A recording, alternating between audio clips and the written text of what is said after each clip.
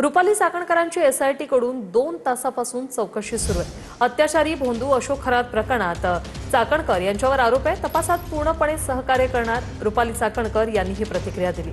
तपास पूर्ण झाल्यावर सर्व प्रश्नांची उत्तरे मिळतील असंही चाकणकर म्हणाल्या। रुपाली चाकणकर नाशिक शहरात दाखल झाल्यात। भोंदूबाबा अशोक खरात प्रकरणात चाकणकरांची एसआयटी चौकशी होण्याची शक्यता आहे।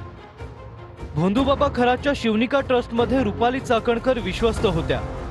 चाकणकरांचे भोंदूबाबा अशोक खरासोबत 177 फोन कॉल झाल्याचा दमानी यांचा दावा आहे। खरातच्या बेकायदेशीर आर्थिक व्यवहारांसाठी चाकणकरांच्या बहिणीच्या बँक खात्याचा वापर केल्याचा आरोप केलाय।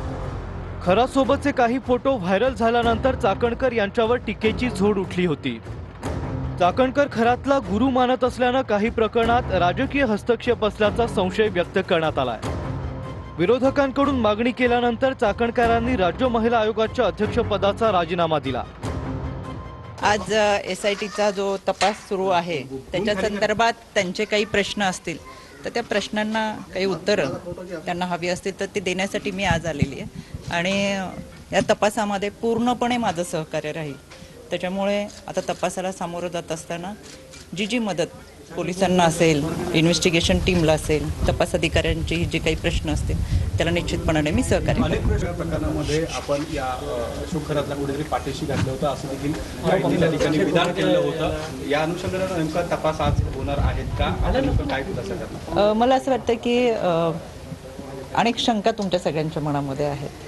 ज्यावेळेस हा तपास पूर्ण होईल या तपासामधूनच त्या तुमच्या सगळ्या प्रश्नांची उत्तरं मिळणार आहेत। आज जो तपास आहे त्या तपासाला पूर्णपणे सहकार्य करेल। तटकरे रुपाली चाकणकरांच्या पाठीशी खंबीर उभे होते असं म्हणत दमानी यांनी चाकणकरांवर आरोप केलेत। रुपाली चाकणकरांना वाचवण्याचा आटोकाट प्रयत्न केला गेला। सुनील तटकरे अगदी ढाल बनवून त्यांच्या समोर उभे होते, त्यांची चौकशी होऊ नये याचा त्यांनी आटोकाट प्रयत्न केला। पण मी डीजींना हे पत्र पाठवलं होतं की तात्काळ ही सगळ्यांविरुद्धची चौकशी झालीच पाहिजे आणि त्याचप्रमाणे आज रुपाली चाकणकरांना आज बोलवण्यात आलंय।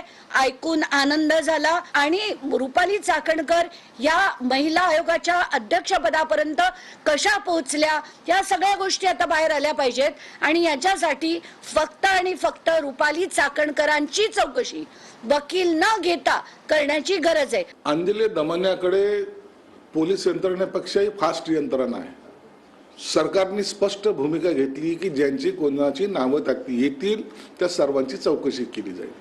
सरकारकडे सगळं माहिती आहे।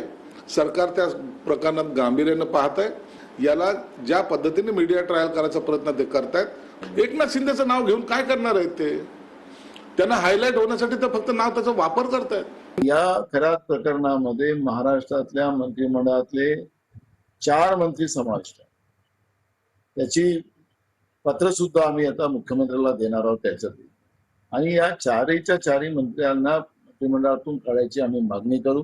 4 मंत्र्यांची नावं आहेत, त्याच्यात त्यांचा सहभाग असेल तर नाना पटोलेंनी ते नावं मुख्यमंत्र्यांकडे द्यावेत।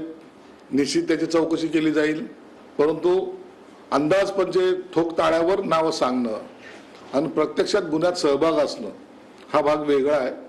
म्हणून त्यांनी हे प्रेसच्या समोर सांगण्यापेक्षा मुख्यमंत्र्याला नावं द्यावेत आणि प्रेस समोर जर सांगायचंच असेल तर ते नावं उघडही करावेत। मुख्यमंत्र्यांना द्यायला पाहिजे, मान्य आहे। जाहीर का करत नाही?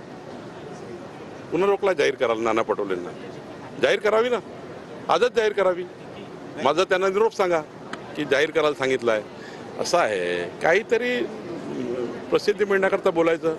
राहिला रुपाली चाकणकरांचा प्रश्न, त्यांना जर बोलवलं असेल तर पोलीस योग्य वेळी त्यांच्याबद्दलची भूमिका आपल्यासमोर